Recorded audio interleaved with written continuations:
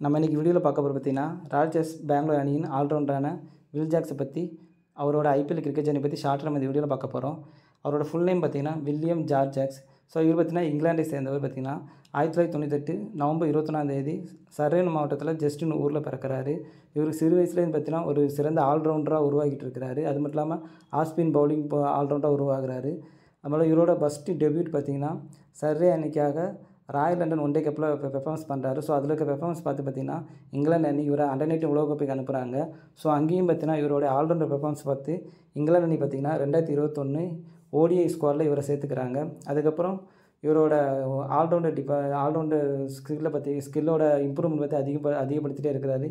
எல்லா மேட்ச்லையும் பார்த்தீங்கன்னா தன்னுடைய திறமை நிரூபிக்கிறாரு. அதுக்கப்புறம் பார்த்தீங்கன்னா இங்கிலாந்து அணிக்காக T20 டெஸ்ட் மேட்ச் எல்லாத்துலேயும் இவரை தேர்ந்தெடுக்கிறாங்க.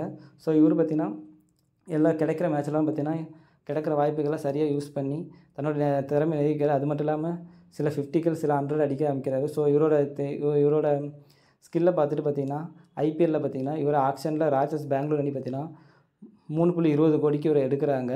அது மட்டும் இல்லாமல் ஃபஸ்ட்டு பார்த்தீங்கன்னா இவருக்கு சில போட்டிகளை வாய்ப்பு இல்லாமல் தான் இருந்துச்சு. ஏன்னா ராயல் சேலஞ்சர்ஸ் பெங்களூரில் பார்த்தீங்கன்னா 4 ஃபாரின் பிளேயர் தான் உள்ளே இருப்பாங்க. அதில் பார்த்தீங்கன்னா ஃபேவ் டு பிளேஸ், கிளென் மேக்ஸ்வெல், கேமரன் கிரீன், அதுக்கப்புறம் பவுலிங் டிபார்ட்மெண்ட் வந்து Alzarri Joseph, Reece Topley. So இந்த மாதிரி பிளேயர்ஸ் வரதுனால இவருக்கு வாய்ப்பு இல்லாமல் இருந்துச்சு ஃபஸ்ட்டு.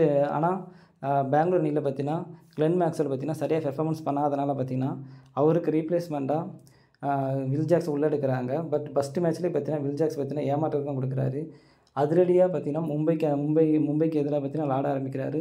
கிட்டத்தட்ட 2 4 அடிக்கிறாரு. பட் பார்த்தீங்கன்னா 6 பால்கள் 8 ரன் அடித்து கேட்ச் கொடுத்து அவுட் ஆகிறாரு. அதுக்கப்புறம் 2வது மேட்ச்சில் பார்த்தீங்கன்னா ஹைதராபாத்துக்கு எதிராக விளாடுறாரு. கிட்டத்தட்ட 4 பால்கள் தான் பிடிக்கிறாரு. 7 ரன்கள் இருக்கும்போது பார்த்தீங்கன்னா ஆப்போசிட்டில் பார்த்தீங்கன்னா ரன் அவுட்டில் வெளியே போயிடுறாரு. ஸோ அந்த மேட்சும் பார்த்தீங்கன்னா அவருடைய ஸ்கில்லை அவர் வெளிப்படுத்த முடியாமல் போயிடுது. பட் இவரோட திறமையை நிரூபிக்கிற மாதிரி பார்த்தீங்கன்னா கொல்கத்தா அணிக்கு எதிராக பார்த்தீங்கன்னா இவரோட இன்னிங்ஸ் அமையுது. கிட்டத்தட்ட 32 பால்களில் 55 ரன்கள் விளாசி இவரோட தன்னுடைய கவனத்தை எல்லாம் பெங்களூர் அணிக்கு எல்லாமே திருப்புறாரு. அதுக்கப்புறம் ஹைதராபாத் அணிக்கு எதிராக பார்த்தீங்கன்னா கிட்டத்தட்ட 9 பால் பிடிச்சி 6 ரன் தான் அடித்தார். பட் அந்த மேட்ச்சில் பார்த்தீங்கன்னா எதிரணி பந்து வீச்சாளர் மிரட்டிகிட்டு இருந்த டிராவிஸ் ஹெட்டோட விக்கெட்டை இனிஷியலாகவே எடுக்கிறாரு.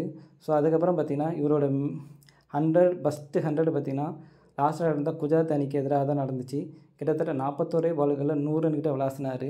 அப்போ பார்த்தீங்கன்னா குஜராத் அணி பார்த்தீங்கன்னா கிட்டத்தட்ட 200 ரன்கள் வாசியிருந்தாங்க. ஸோ செகண்ட் இன்னிங்ஸில் பார்த்தீங்கன்னா இவர் கிட்டத்தட்ட 10 6 அடித்து அதிரடியாக விளாட ஆரம்பித்தார் விராட் கோலியோட சேர்ந்துக்கிட்டு. ஸோ அதில் பார்த்தீங்கன்னா 41 பால் 100 ரன் அடித்து அந்த மேட்ச் வின் பண்ணதுக்கான பிளேயர் ஆஃப் த மேட்ச் பார்த்தீங்கன்னா இவர் தான் வாங்கியிருக்காரு. ஸோ நாளைக்கு இதே மாதிரி வேறு ஒரு பிளேயரோட ஐபிஎல் கிரிக்கெட் பற்றி ஷார்ட்டாக நம்ம இந்த வீடியோவில் பார்க்கலாம். தேங்க்யூ.